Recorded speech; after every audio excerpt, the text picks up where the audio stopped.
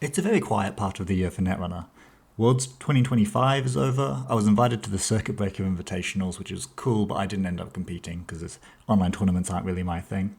We don't really have anything more until Vantage Point drops, which is relatively soon, but as far as competitive season goes, it's pretty quiet at the moment.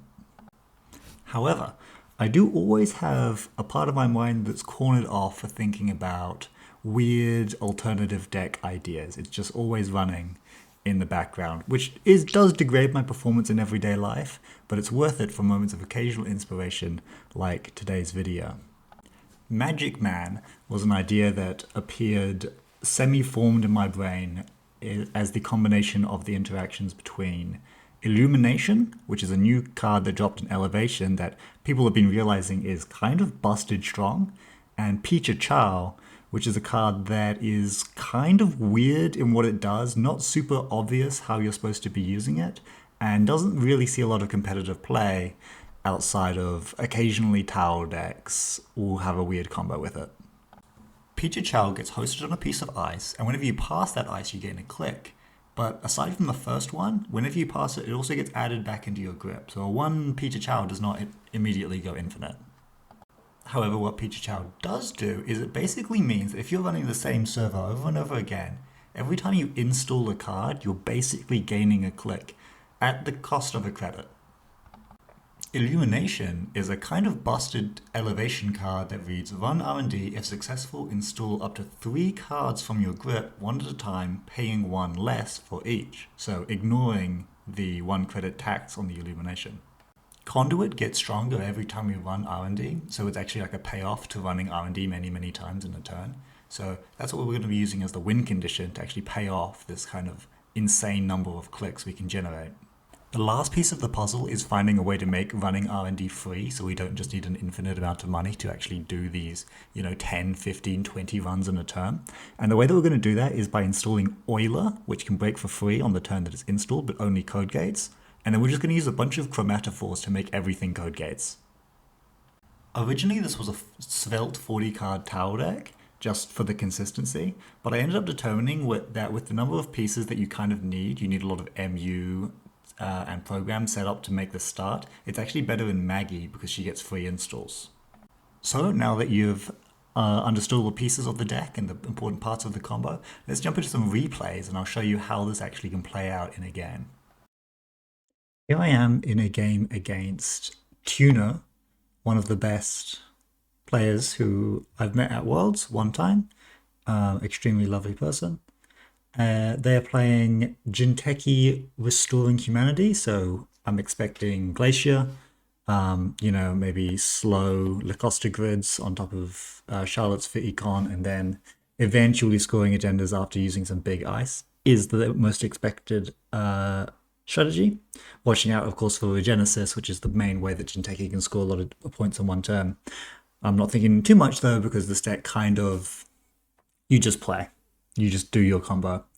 So setup involves icing HQ. This is obviously unfamiliarity with the deck. This deck has absolutely no HQ pressure, so under normal circumstances you would not ice HQ if you knew this deck list. But this was a random online game, so ice HQ. I'm not going to do anything aside from just spamming out a environmental testing, a sure gamble, and a Picha Chow.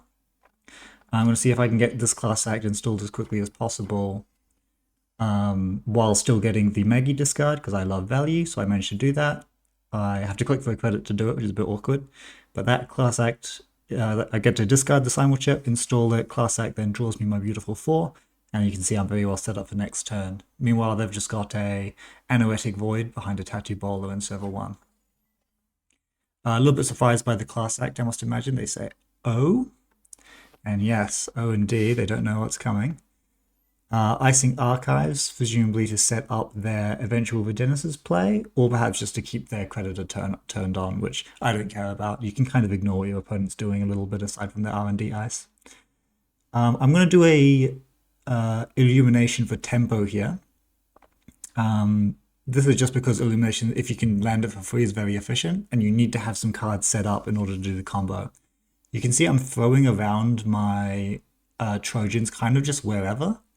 This is strategic. This is because you can store your Trojans on non-R&D ice, because we have a card called Spree that's going to allow us to reposition it when it actually matters. I am checking archives here because I don't know that this is an anoetic. As far as I know, this is a Regenesis, and this is a devastating Fuji, and letting your opponent score 4 points with 3 advancements is a sure way to lose, even if you're playing a cool combo deck. So I'm checking this, choosing not to res the Cloud Eater, which would get broken relatively trivially. And it's no biggie. I look like I'm reinstalling the Class Act to install the SMC and draw more cards. It's just I need that card draw, hey? Lacosta comes in, a Charlotte goes in, that's Econ. I don't care about Econ. I'm going to draw more cards, my 11 cards in hand now, just because I need to find the combo pieces. Things being in the bin also kind of counts as being a combo piece for the purposes of Simulship. Still no ice on R&D, which means that I can't actually do the combo. Peter Chow can't sit on R&D if there's no ice there, which is counterplay, but you can force them to ice R&D by just playing Conduit. And they will naturally have to ice it, otherwise they can't win. Because you'll just see every card that they're about to draw. So they take their turn, they do Charlotte, and we do finally get our first piece of ice on R&D, and this is where it all is going to fall apart for Tuna. Actually, is this the turn? No, I choose to draw first here, and the reason I'm doing this is because I need to actually find Spree so that I can move all of these not like Trojans around onto the R&D ice. So I'm having a look for that. Also, a little bit more MU would be really good. I haven't found a single piece of MU. In fact, if I remember correctly, I get bottlenecked quite hard by not finding the MU in this game. So you can see I've got all these Trojans down, but I don't have any more MU at the moment. It's actually listed up here because I had to flip it for the for this view. The MU's listed up here. I've got no MU. I need one more before I can actually get this Conduit down and really start going. So another ice comes down R&D. This is an absolute disaster as far as I'm concerned.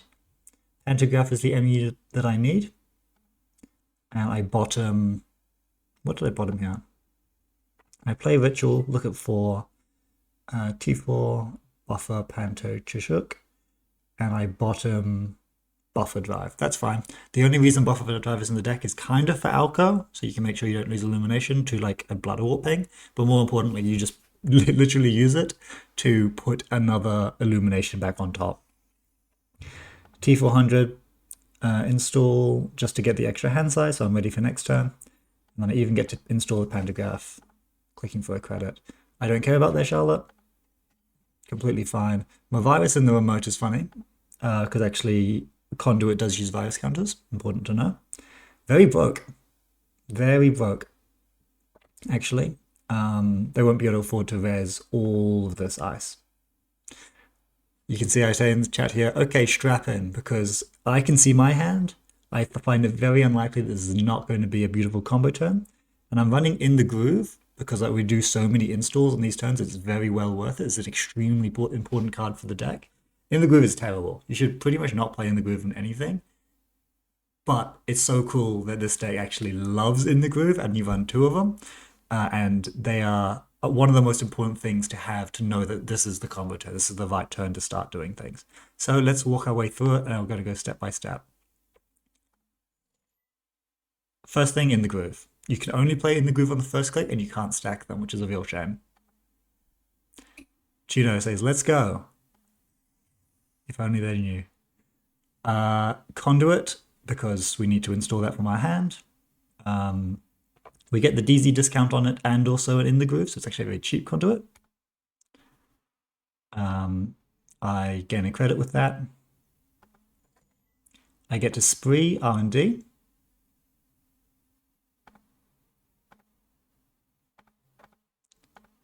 Spree does break JNet, so when you're testing this deck on your own, and I very strongly encourage people to try this out once, because it's not fun to corp against, unfortunately, but give it a go.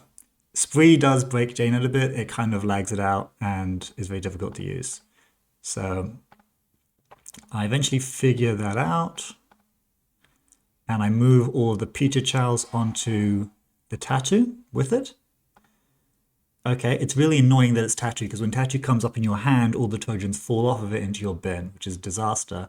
Fortunately, I can muse using my simul chip to grab the hush from my stack, and I can grab the chromatophores with my spree to put 4 Trojans on this tattoo bowler, and none of them are going to fall off, because when tattoo bowler is hushed, it doesn't get to swap. Tattoo bowler usually gets to go back into hand after you pass it. It's a barrier. So I've made it a code gate for the purposes of Euler. I've removed its text with hush, and it's going to give me 2 clicks when I go past it, which is delightful. I actually jack out here because I've got the clicks that I really need. I need to make sure that I have a way to get through this empiricist. So you can see I'm at 3 clicks. So I'm going to install the extra simul chip so that I have access to another chromatophores if this is a sentry or a barrier, which, you know, we can see that it is. I'm running with illumination now, and watch how many installs I get here. So I get to go past the tattoo. The Peter Chow comes back into my hand. It's empiricist. That's actually 5 strength. This Euler's only come in with 4. The reason it's at 4 strength is that I use Cyber Trooper Taloo, which is also a card you will probably never see again. When you install a non-AI Icebreaker, that Icebreaker gets +2 strength for the remainder of the turn. So this is a base 4 strength Euler that breaks everything for 0. Okay, we anticipated for this. That's why I installed the simul chip. Going to pop simul chip to make that empiricist, which is a big scary sentry, into a code gate. So now we have 2 functional code gates here. And I get to draw cards off that as well. Every time I do any installs here, it's card draw or credit at my choice. It's fantastic. So I'm breaking this for 1, because it's 1 for strength and then nothing for subroutines. Peter Chow comes back, and I get to install a bunch of cards, including environmental testing, and 2. The reason I couldn't do 3 Peter Chow there, which I would normally have done, is that I actually don't have MU still, so I need to find a way to get some more MU, and I can do that during this turn. You can do a lot during the combo turn, because I'm back up to 3 clicks now. Then I steal an agenda from hand. That's pretty good. That actually means I get to install another card. Unfortunately, MU bottlenecks us here again, so this could have been an even bigger turn than it ends up being. By the way, we should be tracking how many runs I do this turn, because it's very funny. So I've already done 1, 2, I've done the spree run, I've done, let's see, this is spree run, this is a regular run, no, sorry, this is showing me how I get things. This is spree run, I jack out, I install, so I've done 1 run, second one is the illumination,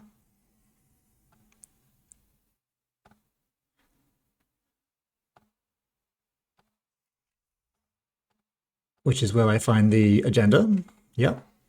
I don't get the install off of it, unfortunately, from Pentagraph. Pentagraph installs whenever we find an agenda, which allows the combo to go like chain off of itself, because each install, remember, is a click with Peach to Chow. We're illuminating again. We're going through for 1 credit. We're going again. We're conduiting. We're seeing the deck. And that's it. So we just go, go, go. It's crazy. To count up how many runs that was, I actually don't think it was that many. Like, certainly we could have done a lot more, especially because we used 1 illumination earlier, and each illumination is 3 more runs that you get to do. But if we have a look at this red line symbolizing our turn, they take their turn, which is install an empty humanoid. From here, how many clicks do we take? 1 click, 2 click, 3 click, 4 click, 5 click, 6 click, 7 click, 8 click, 9 click, 10 click, 11 click.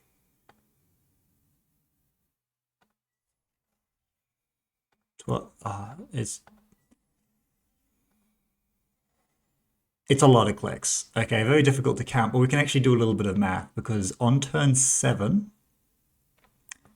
which is a very early time for a game of Netrunner to end, actually, it's like 7 or 8. 7 or 8 is pretty normal. A fast corp deck, scoring deck, will win on turn 8-ish. Okay, that's decently quick. Runner wins can obviously be earlier technically, but 7 or 8 is still a relatively quick game. In 7 turns, if you're getting 4 clicks a turn, you should be expected to get 28 clicks. We can see that we got 38 clicks, so we gained 10 clicks above the recommended dose, which is pretty good, I would say. And that's against Tuna, who's a pretty serious gamer. This is not a joke. That was a lot of fun. Now, my virus could have popped. My virus could have popped, which would have interrupted things.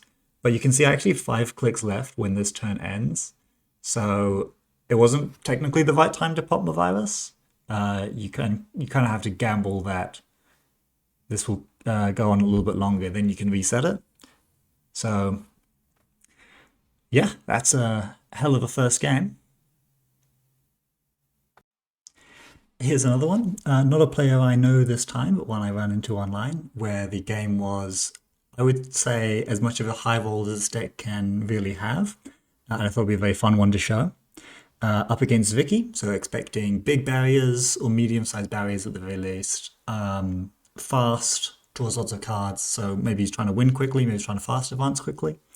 We'll see what they're up to in time, but I'm just thinking barriers, I need my chromatophores down, I need to get comboing as quickly as possible. They don't have very many interrupts, and they don't have, aside from Hammer, many ices are going to cause an issue. The main ice that causes an issue for this deck is Bran, because it's huge, and it costs me 2 every time to go through it. That's really annoying. Possible, but just quite expensive. Samaxamoon requires Hush, Tachibola requires Hush. And those are the big ones for like ice that you realistically run into. Also Boomy, obviously, but Boomy is you can manage. Anyway, Wayland doesn't have that many of those, just Hammer, and I can Hush Hammer, so it's fine. They mulligan, we mulligan as well, and we're off to the races. So money, ice, ice. Okay, I'm thinking they're going to be going pretty quickly. Also pretty slowly because they've iced both their essentials on turn 1. They're low on money, really low on money. And we're just going to go. They immediately score out a green mail, which is more tempo positive in Zuki because you get to draw the card, but it tells me like, okay, so I'm thinking maybe Biowork.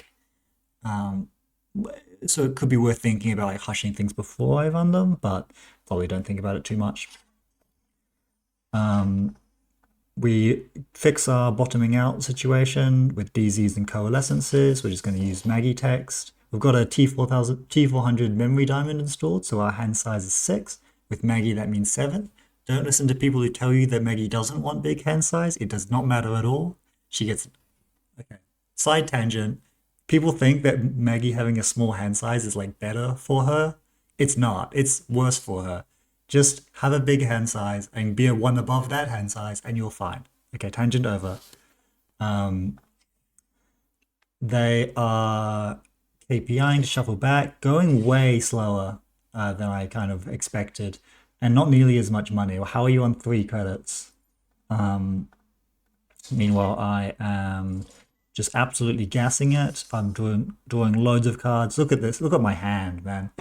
3 Picha Chow, 3 Illumination and an in the groove. Like, life is good. Life is seriously good.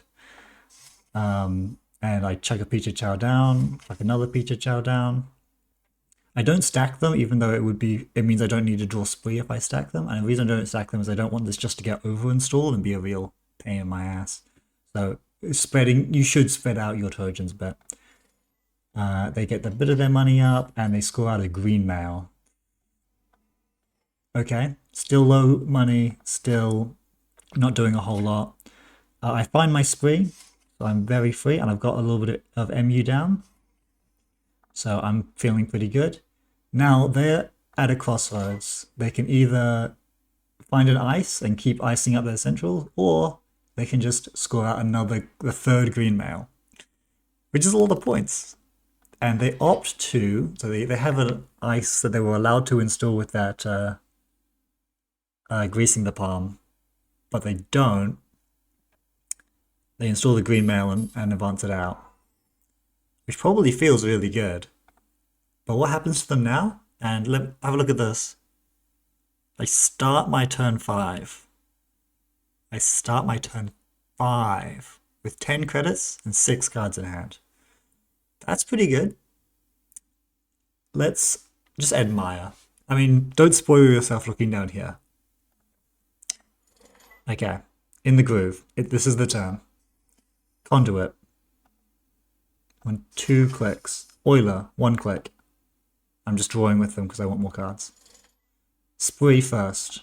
Spree is just going to grab my Peter Chow across. It's just a descent, so this makes everything very easy for me. Because Euler, this is without like the strength boost that I would usually want for a combo turn, so I don't have the Cyber Trooper. But with just one natural small code gate, I don't need anything. I don't need any number of chromatophores. I don't need any I don't need the strength boost. I don't need to spend any money. And I can see these 3 illuminations already in my hand. I've got the in the groove. This is everything lining up. This will happen to use quite often, but not that often for it to be this easy. Okay, I get my 3 clicks. I breach. Okay. I illumination 1. I install 3 Peter Chow. I illumination 2. 3 more Peter Chow. I'm currently sitting at 5 clicks. Illumination 3. Click, click, click. 7 clicks. Access. 3 Peter Chow. I chuck back down my pantograph in case I find an agenda. Run again. 6 clicks, 7 clicks, 8 clicks. Okay, looking at cards. Nothing interesting, what a shame. That's fine. I use Ritual to draw 7. I use Ritual to draw 7 because I want to find my entire deck so that I can do more tricks with my Simul chips, my Muses, and more specifically my Buffer Drive, which I actually didn't find. There's still some more cards in my deck, but I'll figure it out. Okay, we're conduiting again. Conduiting again. It's all free. I grab an agenda. Agenda gets me a credit. It chucks down a Peter Chow. I grab another agenda. It gets me another credit. Chucks down another Peter Chow. I'm at 4 more clicks with 2 Peter Chow. Conduit again. I'm at 5 clicks. I'm at 5 clicks. Conduit's at 7.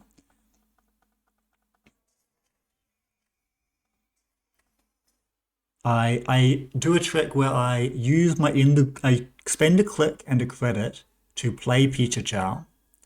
Then I draw a card off the In the Groove to basically exchange my credits into clicks so that I can find this last illumination.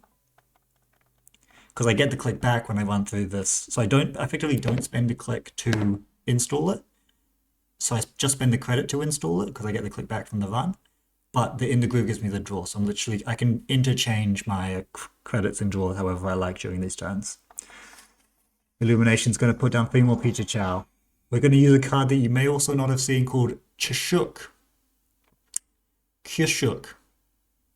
Don't ask me. It says run R&D, blah, blah, blah, blah, blah. None of it matters. It costs 3, it's a run event. What it actually does for this deck is you run R&D, you look at the top couple, doesn't matter, and then the corp shuffles those cards back in.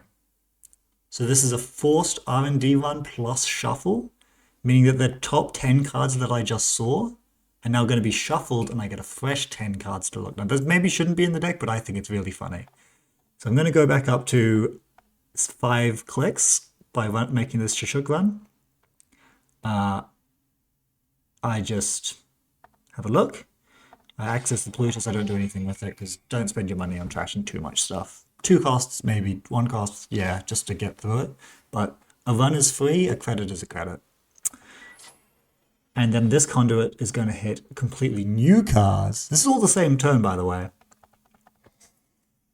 And finds an agenda for another install. Goes again. Still got 4 clicks remaining. Like, I just started my turn in a way. We're going to see more. Oh, we're just going. We're just going. We're absolutely shredding. We're seeing 13 cards at a time, 14 cards at a time.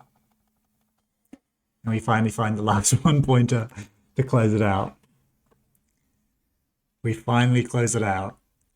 This time, well, let's do the math again, shall we? Let's do a little bit more mathematics. So the Corp gained a beautiful 15 clicks during those 5 turns of the game. Turn 5 is like usually when things start getting interesting in Netrunner. Like really interesting.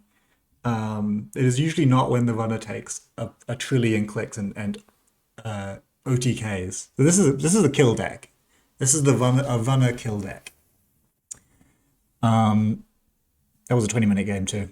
Most of those minutes would have been me. It would have been me clicking through my conduit. So turn 5, we should expect a runner to have gotten 20 clicks. Okay, 4 clicks a turn, makes sense. We gained 41 clicks during that game. 41. That means we got more than double the allocated clicks recommended. It means that on that last turn, we gained 21 additional clicks, most of which we spent running. So that's that. If you don't think that's awesome, then I don't know what to tell you. We have different perspectives. It is absolutely miserable to play against for any amount of time because these turns take forever. But it's an absolute blast to deck build. It's an absolute blast to play. I'm going to list a couple of different builds. I'm going to list a Tau version and a Maggie version, I think, in the description of this video. And yeah, it was just have fun with it, man. Like this is obviously most of the meta is kind of fixed at this point. People know what's good, people know what's bad, but I think this is a decent deck. I don't think it's great. The problem matchups are Alco, Ob, specifically Scrobs, is just like, I mean, the deck probably shouldn't be legal, but it you can just put 4 barriers on top of R&D without really paying for them, and still be winning, like in other ways. So that's pretty tough. And Leo is kind of like, if they know what you're up to, it's pretty bad. But if they don't know what you're up to, you can just kill them. Yeah, back to me in the studio, I guess. Thank you everyone for watching. That was great fun to deck build. I'm very much looking forward to seeing what people do with the list. There's definitely room for improvement. It feels like a deck that once it's like found the perfect list, it's going to be actually really strong. So please, if you have ideas or you try something out and you think it's working, feel free to let me know on the Discord or in the comment section here. I monitor both very closely. Have a great time, and yeah, have fun with Magic Man or Magic Woman deck, however you like to play it. Bye.